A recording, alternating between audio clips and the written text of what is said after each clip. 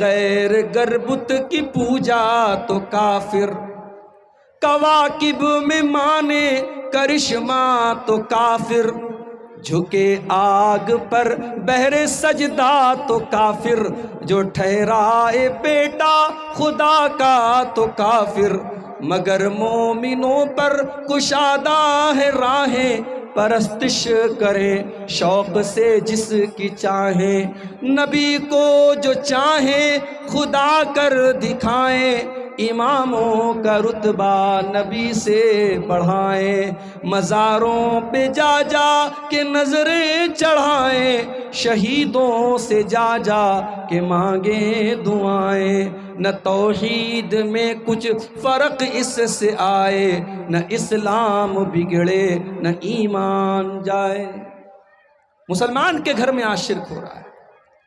میرے بھائیوں، سب سے پہلے اپنے گھروں کو شرک سے پاک کرو۔ میں کہتا ہوں ہمیں اگر اپنے پریوار سے محبت ہے، اپنے بیوی بچوں سے محبت ہے، کیا ہم کبھی گوارا کریں گے کہ ہم تو جنت میں چلے جائیں اور ہمارے بیوی بچے جہنم کی آگ میں چلے جائیں؟ ارے جہنم کی آگ چھوڑ دو، اگر کسی کے بچے کی انگلی کٹ جائے، کسی کی بیوی کو ذرا سی چوٹ لگ جائے، شوہر بے چین ہو جاتا ہے، باپ بے چین ہو جاتا ہے، اپنے بال بچوں کو ہم ذرا سی تکلیف میں نہیں دیکھ سکتے۔ میرے بھائیوں، ہم جہنم کی آگ میں اپنے بچوں کو جلتا ہوا کیسے دیکھ سکتے ہیں؟ اس لیے اپنے بچوں کے ایمان کی فکر کرو، ان کے عقیدے کی فکر کرو، ان کی توحید کی فکر کرو، اور دیکھو کہیں تمہارے بچے شرک تو نہیں کر رہے ہیں، تمہاری بیوی کہیں شرک تو نہیں کر رہی ہے۔ اگر کہیں ہو رہا ہے اس پر پہلے روک لگاؤ۔ میرے پیارے ساتھیوں، شرک کرنے والا اللہ کی توہین کرتا ہے، اللہ کی ناقدری کرتا ہے۔ شرک کرنے والا اللہ کو چھوڑ کر کے کسی اور سے جب مانگتا ہے، اللہ کی توہین کرتا ہے۔ اور اسی لیے اللہ سورہ حج کے اندر فرماتا ہے وَاتَّقُوا اللَّهَ الَّذِي تَسَاءَلُونَ بِهِ وَالْأَرْحَامَ إِنَّ اللَّهَ كَانَ عَلَيْكُمْ رَقِيبًا۔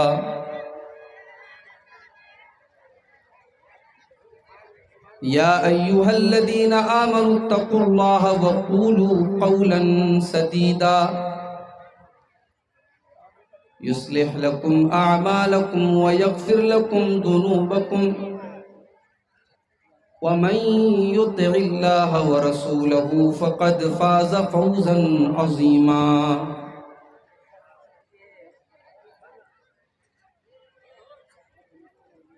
أما بعد فإن خير الحديث كتاب الله وخير الهدي هدي محمد صلى الله عليه وسلم وشر الأمور محدثاتها وكل محدثة بدعة وكل بدعة ضلالة وكل ضلالة في النار۔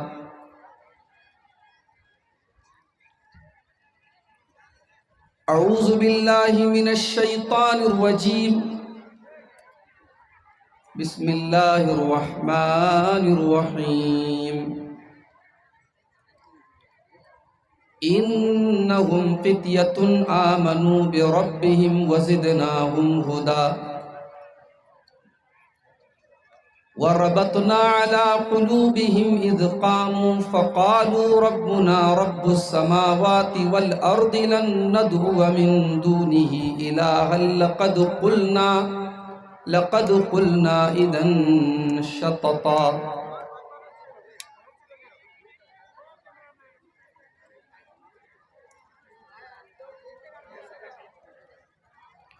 صدر محترم،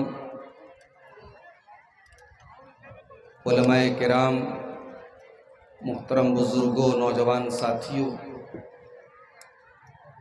ماؤں اور بہنوں، پیارے بچوں، آج کی یہ کانفرنس جو آپ کی سرزمین دھنوشا میں بڑے تذک و احتشام کے ساتھ منعقد ہو رہی ہے، اور بہت نامور علماء کرام کو آپ کے بیچ میں لایا گیا ہے۔ دعا کرتے ہیں اللہ تعالیٰ سے آج کی اس کانفرنس کو ہر معنی میں کامیاب کرے، اور آج کی اس اسٹیج سے کتاب و سنت کی صحیح دعوت لوگوں کے دل و دماغ تک پہنچے، اور لوگوں کو اللہ تعالیٰ کہی گئی باتوں پر عمل کی توفیق عطا فرمائے۔ میرے بھائیوں، مجھے ابھی تقریر کرنا ہے، پھر فوراً نکلنا بھی ہے، بنارس پہنچنا ہے، صبح 7 بجے سے میری کلاس ہے، اور کل رات میں نیپال کے دوسرے حصے میں لمبنی میں ایک پروگرام میں تھا، جمعہ کا خطبہ وہیں ہوا، اور وہاں سے کاٹمنڈو ہوتے ہوئے آپ کے بیچ میں جنک پور سے آیا، بہت سارے اسباب ہوئے، راستے میں تاخیر بھی ہوئی، اور میں ڈائریکٹ ابھی پہنچا ہوں اور سیدھے اسٹیج پر آپ کے سامنے لا کر کے مجھے بٹھایا گیا ہے۔ خطبہ مسنونہ کے بعد سورۃ الکہف کی 2 آیتیں میں نے آپ کے سامنے پڑھی ہیں۔ آج جمعہ کا دن ہے، مجھے امید ہے کہ آپ نے سورہ کہف پڑھی ہوگی، اگر نہیں پڑھی ہے تو پڑھا کیجئے جمعہ کے دن۔ اللہ کے نبی صلی اللہ علیہ وسلم کی حدیث ہے، جو انسان جمعہ کے دن سورہ کہف پڑھتا ہے، اگلے جمعہ تک اللہ تبارک و تعالیٰ اس کو ایک نور عطا کرتا ہے، ایک روشنی عطا کرتا ہے۔ سورہ کہف میں اللہ تعالیٰ نے ایک واقعہ بیان کیا ہے۔ اللہ کے کچھ بندے ایسے تھے جو ایسے ماحول میں رہتے تھے جہاں ہر طرف بت پرستی ہو رہی تھی، شرک ہو رہا تھا، اور اس شرک بھرے ماحول میں اللہ کے ان بندوں کو اللہ تعالیٰ نے توحید کی دولت دے دی، اور جب ان کو یہ احساس ہوا کہ اس ماحول میں رہ کر کے ہم اپنے دین کو بچا نہیں سکتے، اپنی توحید کو بچا نہیں سکتے، تو وہ اپنے گھر بار کو چھوڑ کر کے ایک پہاڑ کی گفا میں چلے گئے، ایک غار میں چلے گئے۔ واقعہ لمبا ہے، میں واقعے کی تفصیل آپ کے سامنے بیان نہیں کروں گا۔ قرآن مجید میں اللہ تعالیٰ نے جب اس واقعے کو بیان کیا تو اللہ تعالیٰ نے ایک چیز کو ہائی لائٹ کرتے ہوئے اس کو بہت خاص طور سے اللہ تعالیٰ نے ذکر کیا، اور وہ چیز کیا تھی؟ انہم فتیۃ آمنوا بربہم وزدناہم ھدا۔ اپنے ماں باپ کا گھر چھوڑ کر کے، اپنی بستی کو چھوڑ کر کے، اپنے علاقے کو چھوڑ کر کے پہاڑ کی گفا میں جانے والے وہ اللہ کے بندے نوجوان تھے۔ گویا اللہ تعالی مسلمان نوجوانوں کو یہ سبق دے رہا ہے کہ اے مسلمان نوجوانوں، توحید اتنی بڑی دولت ہے اور ایمان اتنی بڑی دولت ہے کہ اس دولت کو بچانے کے لیے، اس دولت کو سنبھالنے کے لیے اللہ کے ان نوجوان بندوں نے اپنے ماں باپ کی دولت کو ٹھکرا دیا، اپنا گھر ٹھکرا دیا، اپنی محلوں کو ٹھکرا دیا، اپنی حویلیوں کو ٹھکرا دیا، اور سب کچھ چھوڑ کر کے ایک پہاڑ کی گفا میں چلے گئے۔ غور کیجئے، اللہ تعالیٰ نے جب اصحاب کہف کا واقعہ بیان کیا تو ان کے نوجوان ہونے کو اللہ تعالیٰ نے خاص طور سے بیان کیا۔ آج ہمارا نوجوان کہاں کھڑا ہے؟ ہماری نوجوان بہنیں کیا کر رہی ہیں؟ ہمارے نوجوان بھائی کیا کر رہے ہیں؟ کون سی ایسی برائی ہے، کون سی ایسی گندگی ہے، کون سا ایسا غلط کام ہے جو آج ہمارا نوجوان جس میں لپت نہیں ہے، جس میں مبتلا نہیں ہے؟ میرے بھائی، نوجوان کیسے ہوتے تھے؟ قرآن کریم میں اللہ تعالیٰ ابراہیم علیہ السلام کا واقعہ بیان کرتا ہے۔ ابراہیم علیہ السلام اپنی قوم کے بتوں کو توڑ دیتے ہیں، بڑے والے کو چھوڑ کر کے باقی سارے بتوں کو توڑ دیتے ہیں۔ اور قوم کے لوگ جب اپنے پتھر کے معبودوں کا یہ حال دیکھتے ہیں تو کیا کہتے ہیں؟ قالوا من فعل هذا بآلهتنا انه لمن الظالمین، کہتے ہیں وہ کون ہے جس نے ہمارے معبودوں کے ساتھ اتنا برا سلوک کیا ہے؟ اے بھائی اب ڈسٹرب مت کرو، جو لگ گیا لگ گیا، اب تقریر کے بعد کسی کوئی لگانا نا، بیچ میں کوئی ڈسٹرب مت کرو۔ قالوا سمعنا فتى يذكرهم يقال له ابراہیم، قوم کے لوگوں نے کہا کہ ہم نے ایک نوجوان کو دیکھا ہے جس کا نام ابراہیم ہے اور وہی ان بتوں کی برائی بیان کرتا ہے۔ گویا کہ پتھر کے بتوں کو توڑنے کا کام کرنے والا اور اپنی جان کا رسک لینے والا اور اپنی زندگی کو خطرے میں ڈالنے والا ابراہیم علیہ السلام ایک نوجوان انسان تھے۔ میرے پیارے ساتھیوں، میرے نوجوان ساتھیوں، آپ نے اپنی جوانی کی قدر و قیمت کو نہیں جانا، آپ نے جوانی کی اہمیت کو نہیں جانا۔ جوانی کی عمر میں ابراہیم علیہ السلام اپنی قوم کے بتوں کو توڑ کر کے اپنی جان کو خطرے میں ڈال رہے ہیں۔ ہمارے یہاں تو صاحب کہا جاتا ہے جوانی تو مستانی ہوتی ہے، جوانی تو عیش کرنے کی عمر ہوتی ہے، جوانی تو منمانی کرنے کی عمر ہوتی ہے۔ نہیں میرے بھائی، جوانی انسان کی زندگی کا سب سے قیمتی ٹائم ہوتا ہے۔ جوانی میں جس نے اللہ کو راضی کر لیا، جوانی میں جس نے توبہ کر لی، جوانی میں جس نے نماز کی پابندی کر لی، انشاءاللہ وہ ساری زندگی دین پر قائم رہے گا۔ جوانی انسان کی زندگی کا وہ خوبصورت ٹائم ہے جس کا حساب الگ سے دینا پڑے گا۔ جوانی کا حساب الگ سے اللہ تعالیٰ لے گا قیامت کے دن۔ اللہ کے نبی فرماتے ہیں لا تزول قدم ابن آدم من عند ربہ یوم القیامہ، قیامت کے دن انسان اپنی جگہ سے ہل نہیں پائے گا، ٹس سے مس نہیں ہو پائے گا، حتیٰ یسالان خمسین، جب تک 5 سوالوں کا جواب نہ دے دے۔ نمبر 1 عن عمرہ فیما افنا، میرے بندے تو نے اپنی زندگی کو کہاں گزارا؟ 50 سال کی، 60 سال کی، 70 سال کی ہم نے تجھ کو زندگی دی تھی، تو نے اپنی زندگی کو کہاں گزارا؟ دوسرا سوال وعن شبابی فیما ابلا، میرے بندے ہم نے تجھے 20 سال سے لے کر کے 40 سال کا جو دور دیا تھا، جو جوانی کا دور تھا، جو طاقت کا دور تھا، جو انرجی کا دور تھا، جو کچھ کرنے کا دور تھا، میرے بندے تو نے اپنی جوانی کو کہاں گزارا؟ جوانی کا حساب الگ سے دینا پڑے۔ میرے نوجوان ساتھیوں، اپنی جوانی کی قیمت کو سمجھو، جوانی کو برباد مت کرو، اپنی جوانی کی قدر کرو۔ یہ جوانی دوبارہ نہیں ملے گی، اس جوانی میں اللہ کو راضی کر لو میرے بھائی۔ جانتے ہو انسان جب گرمی سے بے حال ہوتا ہے تو سب سے پہلے وہ تلاش کرتا ہے ایسی جگہ مل جائے جہاں اسے دھوپ نہ لگے، اسے گرمی نہ لگے۔ بھئی آپ کسی کھلے میدان میں جا رہے ہیں اور بہت تیز دھوپ نکلی ہے تو آپ کو کیا چاہیے؟ آپ کو سایہ چاہیے، آپ کو ٹھنڈی ٹھنڈی ہوا چاہیے۔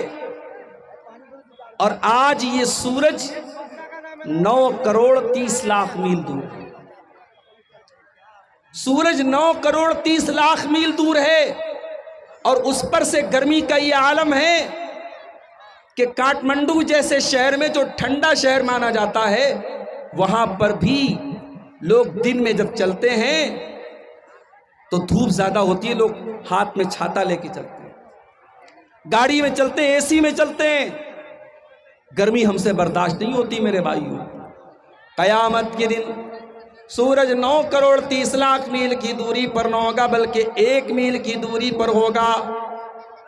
پسینے سے لوگ اس قدر بے حال ہوں گے، کوئی اپنے ٹخنے تک، کوئی گھٹنے تک، کوئی کمر تک، کوئی پورا کا پورا پسینے میں ڈوبا ہوا ہوگا۔ قیامت کے دن کی اس گرمی کے عالم میں اللہ کے پیارے نبی فرماتے ہیں سبعۃ یظلھم اللہ فی ظلہ یوم لا ظل الا ظلہ، قیامت کے دن 7 لوگ ایسے ہوں گے جن کو اللہ تعالیٰ اپنے عرش کا سایہ عطا فرمائے گا، جس دن اللہ کے سائے کے علاوہ کوئی سایہ نہ ہوگا، اس دن اللہ تعالیٰ اپنے ان 7 بندوں کو اپنا سایہ عطا فرمائے گا۔ ان 7 بندوں میں ایک وہ انسان بھی ہوگا، فرمایا وَشَابٌ نَشَأَ فِي عِبَادَةِ اللہ، وہ نوجوان جس کی جوانی اللہ کی عبادت میں گزری ہو، جس نے جوانی میں عبادت کر کے اللہ کو راضی کیا ہو۔ یہاں عبادت کون کر رہا ہے؟ یہاں تو ہمارے نوجوانوں کی راتیں حرام چیزوں میں گزر رہی۔ کتنے نوجوان ہیں رات میں بیٹھ کر کے موبائل پر گندی چیزیں دیکھنا، غیر محرم لڑکیوں سے چیٹنگ کرنا، موبائل کا ناجائز استعمال کرنا ان کا شیوا بن چکا ہے، ان کی زندگی کا حصہ بن چکا ہے۔ شراب و شباب ان کی زندگی کا حصہ بن چکا ہے۔ میرے بھائیوں یاد رکھو، یہ وہ گناہ جو آپ راتوں میں کمرے بند کر کے اپنے بیڈ روم میں بیٹھ کر کے کرتے ہیں، ان گناہوں سے میرے بھائیوں ہمیں اور آپ کو ڈرنا چاہیے۔ انسان اگر پبلک کے سامنے، لوگوں کے سامنے بڑا نیک ہے، بڑا متقی ہے، بڑا پرہیزگار ہے، لیکن اکیلے میں اور تنہائی میں اگر وہ گناہ کے کام کرتا ہے تو یہ بہت خطرناک بات ہے، اور ایسے انسان کی نیکیاں قیامت کے دن اس کے منہ پر مار دی جائیں۔ اور اہل حدیث کا اسٹیج ہے، بغیر دلیل کے یہاں کوئی بات نہیں کہی جاتی۔ آئیے میں دلیل آپ کو سنا دیتا ہوں۔ ابن ماجہ کی صحیح روایت ہے، اللہ کے پیارے نبی صلی اللہ علیہ وسلم حضرت ثوبان رضی اللہ تعالیٰ عنہ سے فرماتے ہیں اے ثوبان لَأَعْلَمَنَّ أَقْوَامًا مِّنْ أُمَّتِي يَأْتُونَ يَوْمَ الْقِيَامَةِ، اے ثوبان قیامت کے دن کچھ ایسے بھی لوگ میری امت کے آئیں گے جو پہاڑوں کے برابر نیکی لے کر کے آئیں گے، پہاڑوں کے برابر وہ نیکی لے کر کے آئیں گے۔ فَيَجْعَلُ اللَّهُ عَزَّ وَجَلَّ هَبَاءً مَّنثُورًا، اللہ تعالیٰ ان کی نیکیوں کو برباد کر دے گا، ان کی نیکیوں کو اڑا دے گا، ان کی نیکیوں کو گرد و غبار میں تبدیل کر دے گا۔ حضرت ثوبان ڈر گئے، کہا اے اللہ کے نبی صفہم لنا وجلہم لنا، اے اللہ کے نبی ذرا اور کلیئر کر کے بتا دیجئے ان لا نکون منہم، تاکہ ہم ان میں سے نہ ہو جائیں، تاکہ ہم ان میں سے نہ ہو جائیں۔ حضرت ثوبان نے یہ نہیں کہا کہ اے اللہ کے نبی وہ کون لوگ ہوں گے، کہا کہ اے اللہ کے نبی ان کی کوالٹی بتا دیجئے، ان کی صفت بتا دیجئے تاکہ ہم ان میں سے نہ ہو جائیں۔ آج ہمیں دوسروں کے چھوٹے چھوٹے عیب نظر آ جاتے ہیں، اپنے بڑے بڑے عیب پر ہم پردہ ڈال دیتے ہیں۔ سوشل میڈیا کا دور ہے، فیس بک پر بیٹھ کر کے کمنٹ بازی کرنا، دوسروں کے کاموں پر کیچڑ اچھالنا، دوسروں کے کاموں میں کیڑے نکالنا، دوسروں کے صحیح کاموں پر تنقید کرنا، یہ آج ہماری فطرت بن چکی ہے۔ ہم دوسروں کے لیے جج بن جاتے ہیں اور اپنے لیے وکیل بن جاتے ہیں۔ معاف کرنا میرے بھائیوں، یہ نبی کے صحابہ کا طریقہ نہیں تھا۔ نبی کے صحابہ پہلے اپنے گریبانوں میں جھانکتے تھے، پہلے اپنی فکر کرتے تھے۔ حضرت ثوبان نے کہا اے اللہ کے نبی پہلے بتائیے وہ کون لوگ ہوں گے تاکہ ہم ان کی طرح نہ ہو جائیں۔ آپ نے فرمایا اے ثوبان وہ تمہارے ہی بھائی ہوں گے، تمہاری جیسے نماز پڑھنے والے ہوں گے، روزہ رکھنے والے ہوں گے، رات میں عبادت کرنے والے ہوں گے، بس ایک بات کی کمی ہوگی وَلَٰكِنَّهُمْ إِذَا خَلَوْا بِمَحَارِمِ اللَّهِ انتهكوها، پبلک کے سامنے تو بڑے نیک ہوں گے، ہر جلسے میں جائیں گے، ہر تقریر سنیں گے، علماء سے کے ساتھ سیلفی بھی لیں گے، علماء سے محبت بھی کریں گے، بظاہر تو بڑے نیک ہوں گے، بڑے دیندار ہوں گے، مگر ان کے موبائل کی براؤزر کی ہسٹری بتائے گی، ان کے واٹس ایپ کی چیٹنگ بتائے گی، وہ راتوں میں بیٹھ کر کے گندے کام کر رہے ہوں گے۔ وَلَٰكِنَّهُمْ إِذَا خَلَوْا بِمَحَارِمِ اللَّهِ انتهكوها، جب وہ اکیلے میں ہوں گے، جب وہ تنہائی میں ہوں گے تو وہ ناجائز کام کریں گے، وہ غلط کام کریں گے، وہ اللہ کو ناراض کرنے والے کام کریں گے۔ اپنی تنہائی کو گناہوں سے بچا لو میرے بھائی، دنیا میں ہم دیکھتے ہیں بڑے بڑے شاپنگ مالوں میں، ریلوے اسٹیشن پر، ایئرپورٹ پر، ہر جگہ آج کل کیمرہ لگا ہوتا ہے۔ یہ کیمرہ کیوں لگا رہتا ہے؟ اس کیمرے کا نام ہے سیکیورٹی کیمرہ۔ یہ کیمرہ جہاں لگا ہے تو چور بھی چوری کرنے سے ڈرتا ہے۔ کسی لڑکی کو چھیڑنے والا 1000 بار سوچتا ہے کہ نہیں یار کیمرہ لگا ہوا ہے، ریکارڈ ہو جائے گا۔ دنیا میں انسان کا بنایا ہوا کیمرہ آج انسان کو غلط کام کرنے سے روک رہا ہے۔ انسان ڈرتا ہے کہ نہیں بھائی ریکارڈ ہو رہا ہے۔ میں کہتا ہوں یہ انسان کا بنایا ہوا کیمرہ ہے، یہ تو خراب بھی ہو سکتا ہے، یہ تو بیکار بھی ہو سکتا ہے۔ اس کیمرے میں جو چیزیں ریکارڈ ہو رہی ہیں ہو سکتا ہے 1 مہینے کے بعد وہ ڈیلیٹ ہو جائیں، مگر ایک کیمرہ ایسا بھی ہے جو ہر چیز کو ریکارڈ کر رہا ہے اور 24/7 ریکارڈ کر رہا ہے، ہر وقت کو ریکارڈ کر رہا ہے، اور وہ کیمرہ کبھی خراب ہونے والا نہیں، وہ کیمرہ کبھی برباد ہونے والا نہیں۔ اور وہ کیمرہ کون سا کیمرہ ہے؟ فرمایا وَإِنَّ عَلَيْكُمْ لَحَافِظِينَ کِرَامًا کاتبین یعلمون ما تفعلون۔ میرے بندو، ہم نے تمہارے اعمال کو ریکارڈ کرنے کے لیے کرامن کاتبین کو تمہارے اوپر مقرر کر دیا ہے، جو تمہارے ایک ایک عمل کو ریکارڈ کر رہے ہیں، ایک ایک عمل کو لکھ رہے ہیں۔ ہم جب راستہ چلتے ہیں نا، اب یہ عورتیں بھی جلسے میں ماشاءاللہ آئی ہوئی ہیں، لیکن افسوس کے ساتھ اور معذرت کے ساتھ کہنا پڑتا ہے کہ ہمارے یہاں جلسے میں بھی میلے والا ماحول ہے۔ ادھر جلسہ ہو رہا ہے، ادھر دکانیں لگی ہیں، چوڑی بک رہی ہے، کھلونے بک رہے ہیں، عورتیں اور نوجوان لڑکیاں وہاں پہ کھڑی ہیں، پھر وہاں پہ لڑکے بھی کھڑے ہیں اور صاحب تماشا بنا کے بیٹھے۔ ہمارے منتظمین سے بھی میں بڑے ادب کے ساتھ کہنا چاہتا ہوں، میں بہار کے جلسوں میں بھی جاتا ہوں، بعض جگہوں پر لوگوں نے سختی کی، جلسے کے پہلے اعلان کر دیا کوئی میلہ ویلا نہیں لگے گا، کوئی دکان نہیں لگے گی۔ 2-4 جگہوں پر ایسا کیا گیا، اس کا اثر بھی ہوا ہے۔ آپ کے نیپال میں دیکھتا ہوں جہاں بھی جلسہ ہوتا ہے وہاں میلے وغیرہ ضرور لگتے ہیں۔ اس پر آپ کو تھوڑا روک لگانے کی ضرورت ہے۔ اب عورتیں جا رہی ہیں راستے میں، اب آپ گزر رہے ہیں وہاں سے، اب آپ بظاہر آپ کی نظر سامنے ہے، مگر کنکھیوں سے آپ کہیں اور دیکھ رہے ہیں، آپ کی کنکھی نگاہیں کہیں اور ہیں، آپ کی نظر ان عورتوں پر پڑ رہی ہے، لیکن بظاہر ایسا لگ رہا ہے کہ آپ سامنے دیکھ رہے ہیں۔ اس کو کہتے ہیں نگاہوں کی چوری۔ اللہ قرآن میں کہتا ہے یعلم خائنۃ الاعین وما تخفی الصدور۔ اللہ کا کیمرہ اتنا شاندار ہے، اللہ کا کیمرہ تو یہ بھی دیکھ رہا ہے کہ تمہاری نظر کہاں پڑ رہی ہے، تم آنکھوں کی چوری کرتے ہو تو اللہ اس کو بھی جانتا ہے۔ وما تخفی الصدور، تمہارے سینے میں کیا چل رہا ہے اللہ کو وہ بھی پتا ہے، تمہارے دل میں کیا چل رہا ہے، تمہارے دماغ میں کیا چل رہا ہے اللہ کو وہ بھی معلوم ہے۔ اللہ کا ڈر آج ہمارے نوجوانوں کے اندر سے نکل رہا ہے۔ میرے ہمارے نوجوان آج بڑی تعداد میں شرک کر رہے ہیں، غیر اللہ کے آگے سر جھکا رہے ہیں۔ کتنی ہماری عورتیں ہیں، بچہ بیمار ہو گیا، کسی ڈھونگی بابا کے پاس، کسی اوجھا کے پاس، کسی شرکیہ منتر پڑھنے والے کے پاس جا کر کے اپنے بچے کو دم کروا رہی ہیں، بچے کے گلے میں تعویذ ڈلوا رہی ہیں۔ آج مسلمان کے گھر میں شرک ہو رہا ہے، اس سے بڑا پاپ کوئی اور نہیں ہو سکتا میرے بھائی۔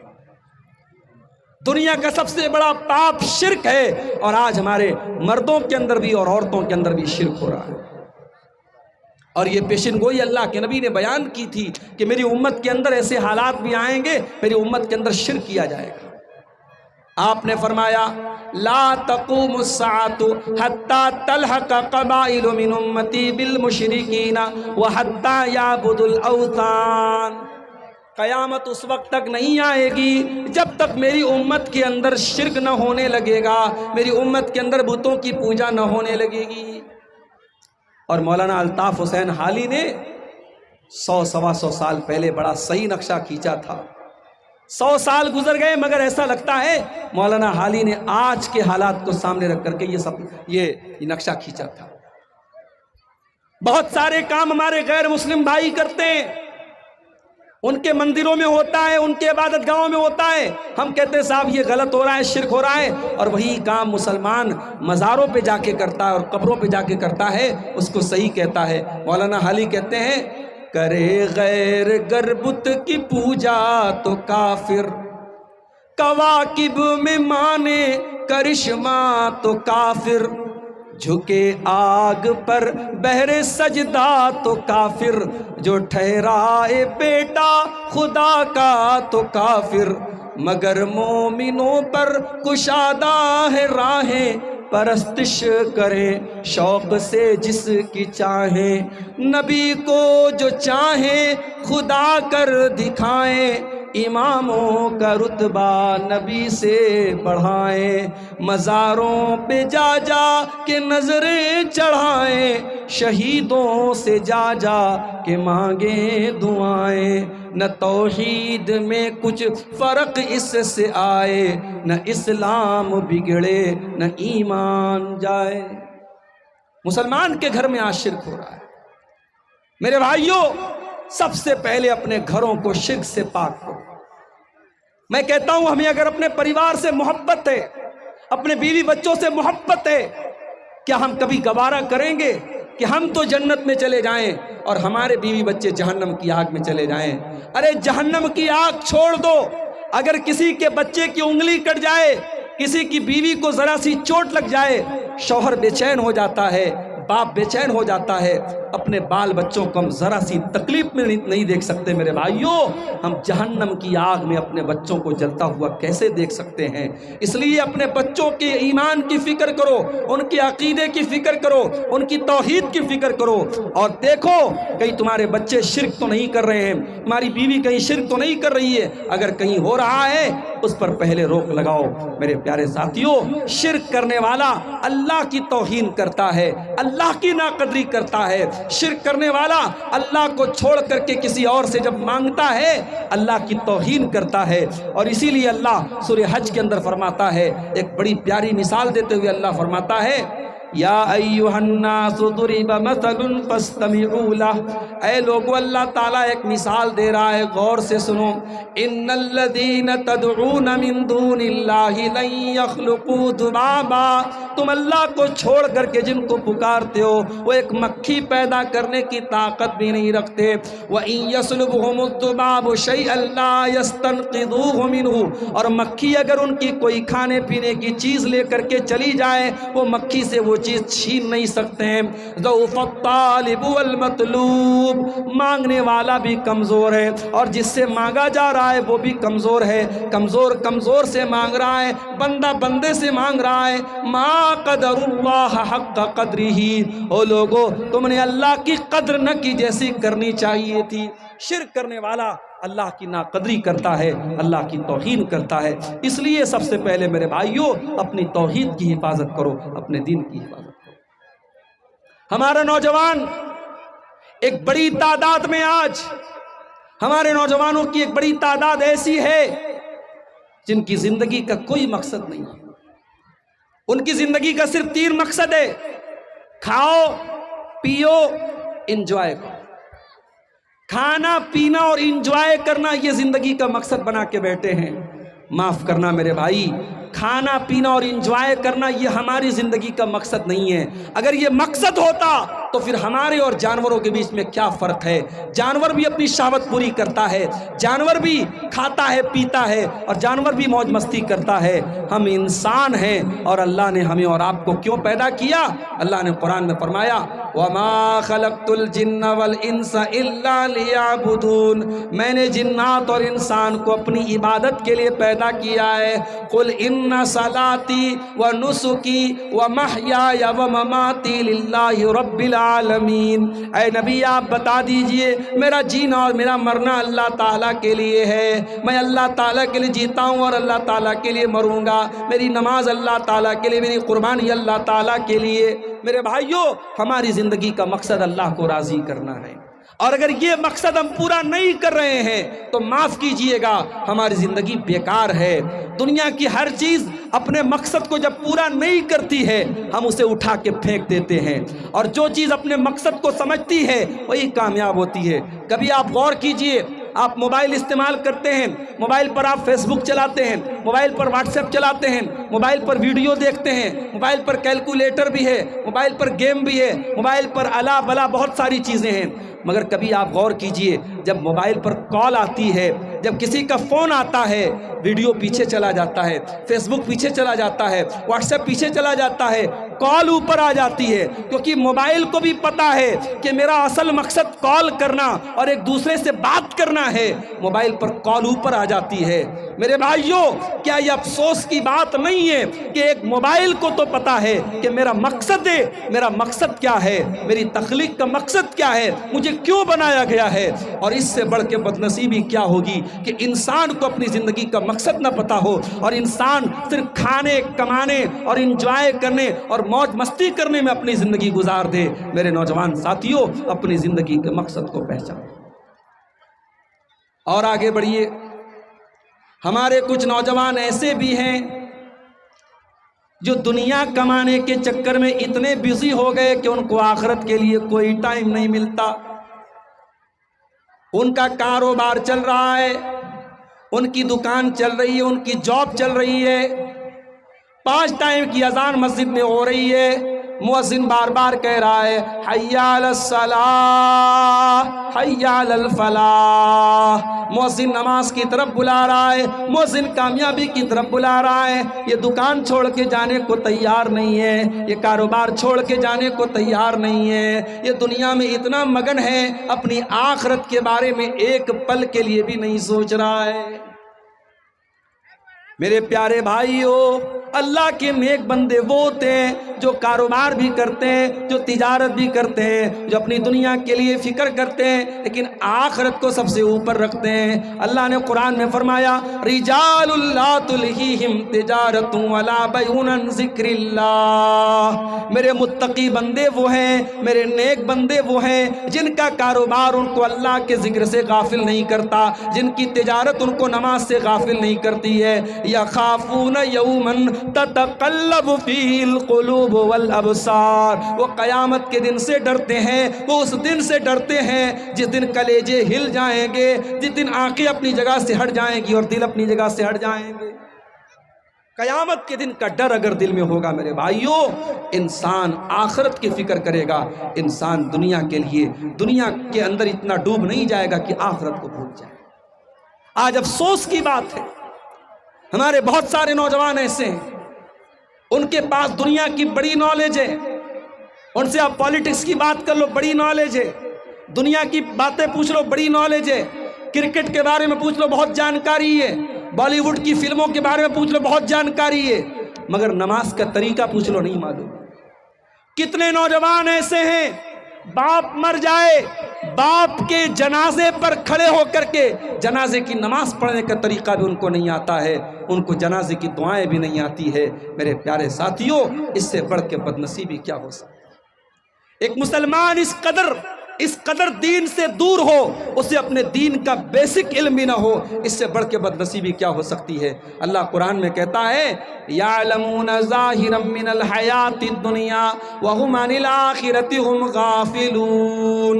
کچھ لوگ ایسے ہوتے ہیں جو دنیا کے بڑے جانکار ہوتے ہیں، دنیا کی بڑی نالج ان کے پاس ہوتی ہے، لیکن آخرت سے بالکل دور ہوتے ہیں، بالکل غافل ہوتے ہیں۔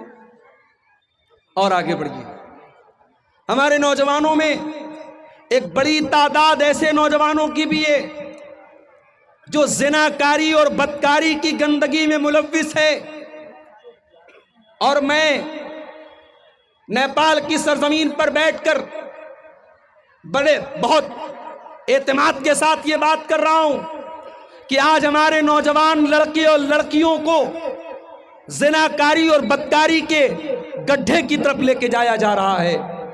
میرے پیارے نوجوان ساتھیوں، اگر اپنے نبی سے محبت کرتے ہو، اگر اپنے نبی سے پیار کرتے ہو، تو آپ کے پیارے نبی نے 2 چیزوں کی گارنٹی آپ سے مانگی ہے، اور اس گارنٹی کو اگر آپ نے پورا کر دیا تو جنت کی گارنٹی دی ہے۔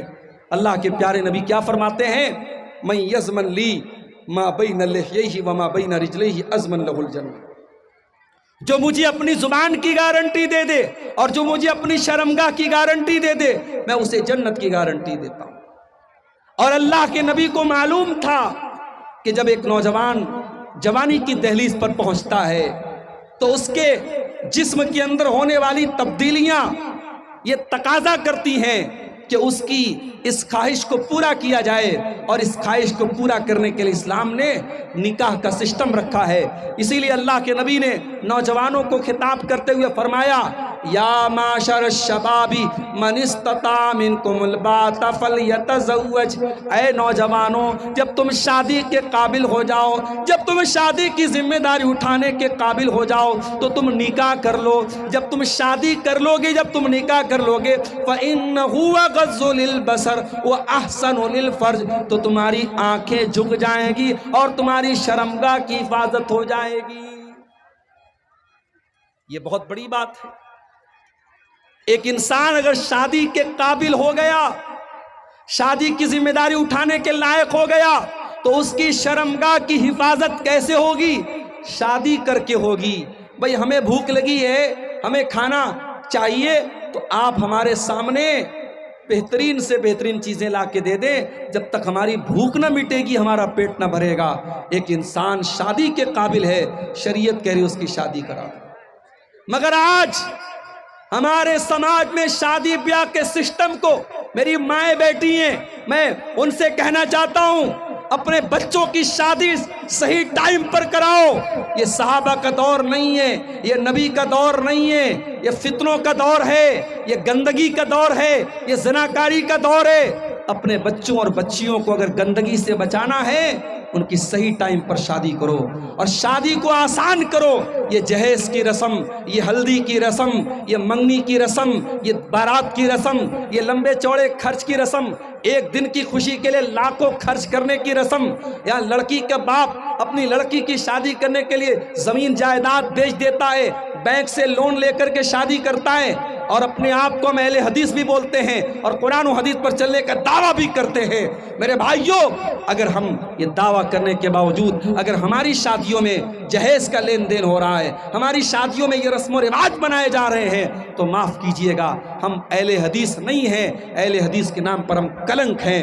اہل حدیث صرف سینے پر ہاتھ باندھنے کا نام نہیں ہے، صرف آمین زور سے بولنے کا نام نہیں ہے، صرف 8 رکعت تراویح پڑھنے کا نام نہیں ہے۔ اہل حدیث تو اس انسان کو کہتے ہیں جو اپنی عبادات میں، اپنے معاملات میں، اپنے تمام معاملات میں وہ کتاب و سنت کی پیروی کرے۔ میرے بھائیوں، اپنے نکاح کو آسان کرو، رسم و رواج کی بیڑیوں سے اپنے آپ کو آزاد کرو، اور اپنے بچوں کی صحیح ٹائم پر شادی کرو۔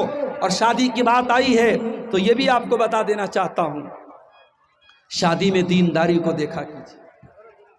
میری ماں، جب آپ بہو تلاش کرنے جاؤ تو آپ حور پری جیسی بہو لانے کے بجائے دیندار لڑکی کو بہو بنا کے لاؤ، اور جب آپ اپنی بیٹی کے لیے داماد دیکھنے جاؤ تو شاندار حویلی دیکھنے کے بجائے اور بہترین سروس اور نوکری اور بہترین پیسہ دیکھنے کے بجائے دینداری کو دیکھو۔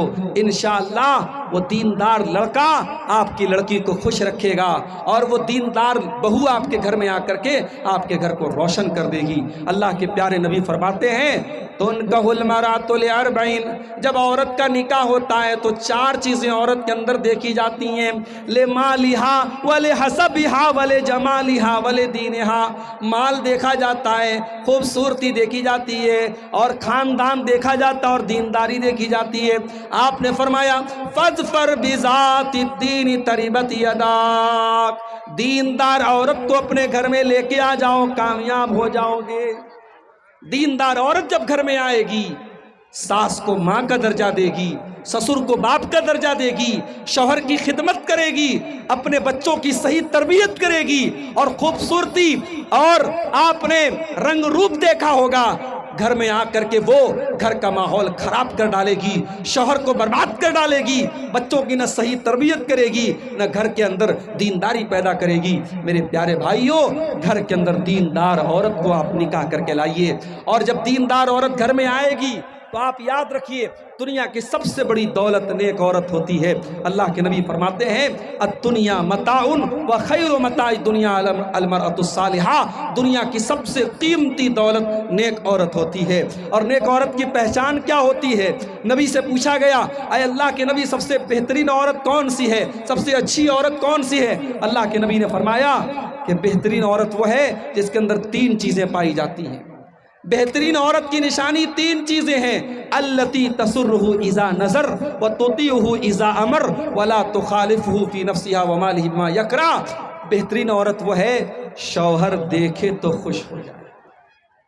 یہ جلسے میں بن سور کے جا رہی ہیں، یہ شادیوں میں میک اپ کر کے جا رہی ہیں، یہ فنکشنز میں یہ گھومنے پھرنے کے لیے سج سنور کے جا رہی ہیں، اور شوہر کے لیے کبھی اپنے آپ کو سجایا نہیں، کبھی اپنے آپ کو سنوارا نہیں۔ اگر ایسی عورتیں یہ شکایت کرتی ہیں کہ میرا شوہر میری طرف دھیان نہیں دیتا، میرا شوہر مجھ سے محبت نہیں کرتا، میرے شوہر کو میری پرواہ نہیں ہے، تو ایسی عورتوں کی شکایت فضول ہے۔ اللہ کے نبی کہہ رہے ہیں کہ شادی شدہ عورت اپنے شوہر کے لیے میک اپ کرے، اپنے شوہر کے لیے سجے اور سنورے، التی تسرہ اذا نظر، جب شوہر دیکھے تو خوش ہو جائے۔ اور دوسری چیز کیا ہے؟ وتطیعہ اذا امر، جب شوہر کوئی بات کہے تو بیوی بات مانے، بیوی شوہر کی فرما بردار ہو۔ میری مائیں بہنیں غور سے سن لیں، بعض عورتیں ایسی ہوتی ہیں ہر جلسے میں جاتی ہیں، ہر تقریر سنتی ہیں، ہر پروگرام میں جاتی ہیں، جمعہ کے خطبے میں جاتی ہیں، بڑی نیک ہوتی ہیں، بڑی دیندار ہوتی ہیں، مگر شوہر کی ایک بات نہیں مانتی، شوہر کے ساتھ عزت سے بات تک نہیں کرتی، شوہر کو اپنی انگلی پر نچانے کا کام کرتی ہیں۔ ایسی عورتیں کان کھول کر کے سن لیں، ایک شادی شدہ عورت جب تک اپنے شوہر کی بات نہ مانے، اس کی اطاعت نہ کرے، اس کو خوش نہ رکھے، وہ جنت میں نہیں جا سکتی ہے۔ اللہ کے نبی نے فرمایا کہ یہ دوسری نشانی ہے کہ عورت اپنے شوہر کی بات مانے۔ اور تیسری نشانی کیا ہے؟ کہ جب شوہر کی کے مال کی اور اپنے عزت و آبرو کی حفاظت کرے، کوئی ایسا کام نہ کرے اپنے بارے میں جو شوہر کو برا لگے، اور شوہر کے مال کو بے تحاشا خرچ نہ کرے۔ تو میرے بھائیوں، نکاح کے موقع پر آپ دینداری کو ترجیح دیجئے۔ اور میں یہاں یہ بھی بتا دیتا ہوں آپ کو، بعض لوگ کیا کرتے ہیں صاحب، بیٹی کی شادی ایسے پریوار میں کرتے ہیں، لڑکا شرابی ہے، لڑکا بدکار ہے، لڑکا قبر پرست ہے، اور یہ اپنی بیٹی کی شادی اس لڑکے سے کرتا ہے۔ اور پوچھو کیوں کرتا ہے؟ تو کہتے صاحب لڑکے کا خاندان بڑا اچھا تھا، لڑکے کا گھر بہت اچھا تھا، لڑکا سرکاری نوکری میں تھا، لڑکا بہت پیسے والا تھا۔ یہ ساری چیزیں دیکھ کر کے آپ نے اپنی بیٹی کی شادی کسی شرابی سے، کسی زانی سے اور کسی مشرک سے کر دی۔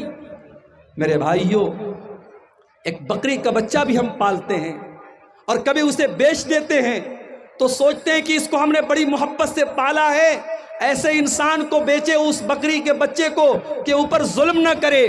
جانور کے اوپر بھی ہم ترس کھاتے ہیں، اپنی پھول جیسی بچیوں کو پالتے ہو، پوستے ہو، ان کے ہر شوق اور ارمان پورے کرتے ہو، اور جب وہ بیٹی شادی کے قابل ہو جائے تو کسی بھی ایرے غیر نتو خیرے کے حوالے کر دیتے ہو، کسی شرابی کے حوالے کر دیتے ہو، کسی زانی کے حوالے کر دیتے ہو۔ معاف کرنا میرے بھائیوں، تم سے اچھے تو عرب کے وہ لوگ تھے جو اپنی بیٹیوں کو پیدا ہونے کے بعد زمین میں زندہ گاڑ دیتے تھے، آپ نے جوان ہونے کے بعد اپنی بیٹیوں کو جہنم میں ڈالا ہے۔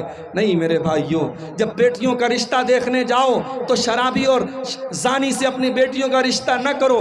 بعض لوگ کہتے صاحب ہماری بیٹی جا کے ماحول صحیح کر دے گی، ہماری بیٹی سدھار دے گی، ہماری بیٹی شرابی کو صحیح کر دے گی، زانی کو صحیح کر دے گی۔ معاف کرنا میرے بھائیوں، آپ کی بیٹی کوئی سرف ایکسل نہیں ہے، کوئی ایریل پاؤڈر نہیں ہے، وہ لوگوں کی گندگی کو جا کے صاف کرے گی، وہ شرابی کو جا کے صحیح کر دے گی۔ میں نے روتے ہوئے دیکھا ہے بیٹیوں کو، ماں باپ کی غلطی کی سزا بیٹیوں کو روتے ہوئے اور بھگتتے ہوئے میں نے دیکھا ہے۔ جب آپ اپنی بیٹی کے لیے داماد دیکھنے جائیں تو دینداری کو دیکھا کریں میرے بھائیوں، دیندار اور نیک لڑکے کو اپنا داماد بنائیں۔ اللہ کے پیارے نبی فرماتے ہیں اذا خطب الیکم ممن ترضون دینہ وخلقہ فزوجوہ، جب تمہاری بیٹی کے لیے ایسا رشتہ آ جائے، لڑکا دیندار ہے، لڑکا بااخلاق ہے، لڑکا اچھا ہے، فزوجوہ، تو تم اپنی بیٹی کی شادی اس سے کر دو۔ الا تفعلوا، اگر تم ایسا نہیں کرو گے،